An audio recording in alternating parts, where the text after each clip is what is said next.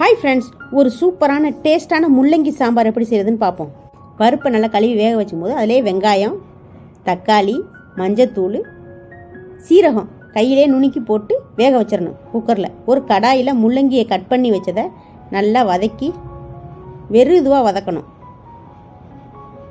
வதக்கிட்டு கொஞ்ச நேரம் சென்று திருப்பி எண்ணெய் ஊற்றி வதக்கணும். ரொம்ப கருகிடக்கூடாது. லைட்டாக வதங்கி மெருனாக இருக்கும்போது ஆஃப் பண்ணிடணும்.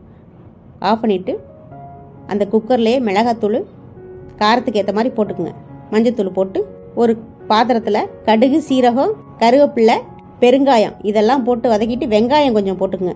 நல்லா வதக்கணுன்னு அந்த பருப்பு சாம்பார் மாதிரி மிளகாத்தூள்லாம் போட்டுங்க. அதை எடுத்து அதில் ஊற்றி ஒரு கொதி வந்தோடனே உப்பு போட்டுக்குங்க. ஒரு கொதி வந்தோடனே அந்த முள்ளங்கி எடுத்து அதில் போட்டு கொஞ்சம் நேரம் கொதிச்சிச்சின்னு வச்சுக்கோங்க. சாப்பிட்டு பார்த்தா அவ்வளோ டேஸ்ட்டாக இருக்கும். தேங்க்யூ.